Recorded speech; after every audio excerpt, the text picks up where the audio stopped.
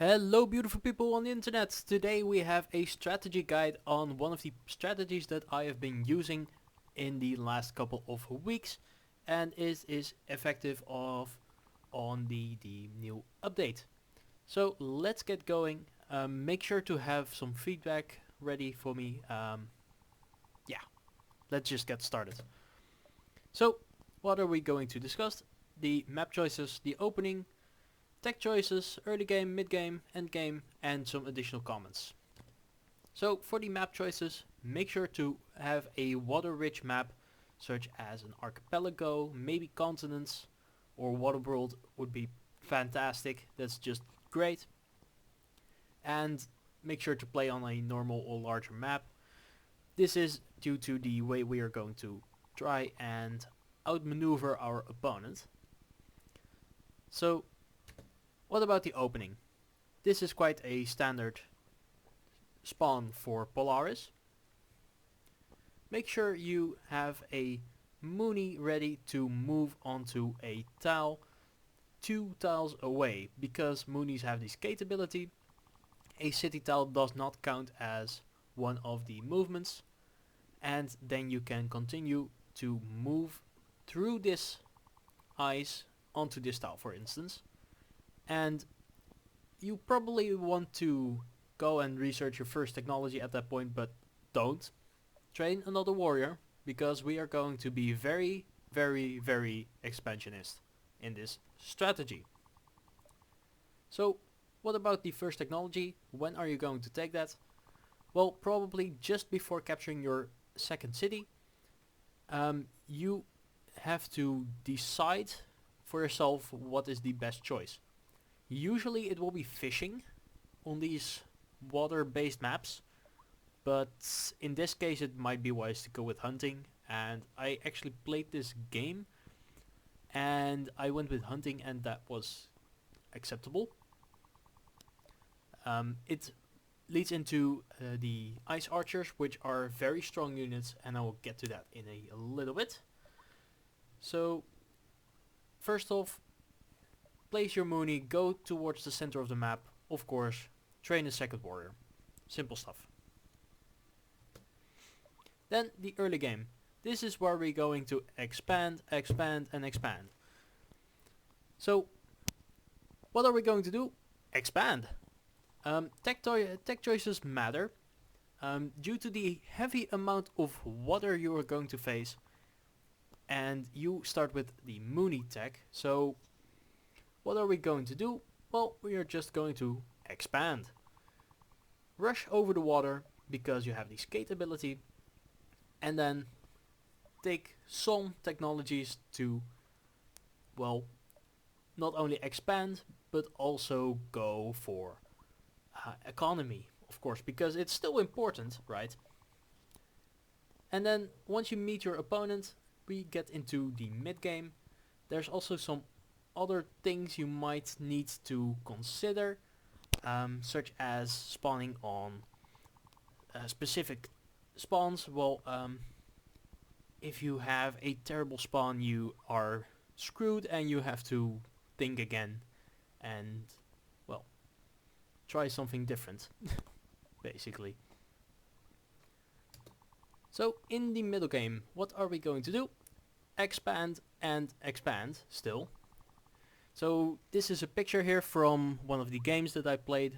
I'll probably make a video about this, but as you can see here, we are playing quite rapidly. We have, they only have these cities over here, which is not a bunch, and of course they're playing Semanti, so they made a terrible choice, but sure. We are just going to bother our opponent by freezing their units as much as we can, just stalling them, and we are going to sneakily outmaneuver them and try to out-expand them. This is how we are going to get an advantage over them. So the main point of this strategy is that your opponent cannot fight and expand simultaneously. They have to choose. So either they are going to fight us here with these warriors, or they are going to try and expand using Regies, or 5Gs would be a better choice, but less obvious. So what about the tech choices? You probably want to get Polarism as early as you possibly can. This is the most important part of the strategy probably, because you're just going to try and expand rapidly, build your forces, and bother your opponent. Other choices that could be very helpful are ice archery, riders of course, roads not so much, because they have been nerfed and you can connect everything up with the outpost you start with. And yeah, just technologies that can improve your economy based on the maps. So into the late game, if you need it, because most often you will finish the game before that. Depending on like the scale of your map that you're playing on, you might need this.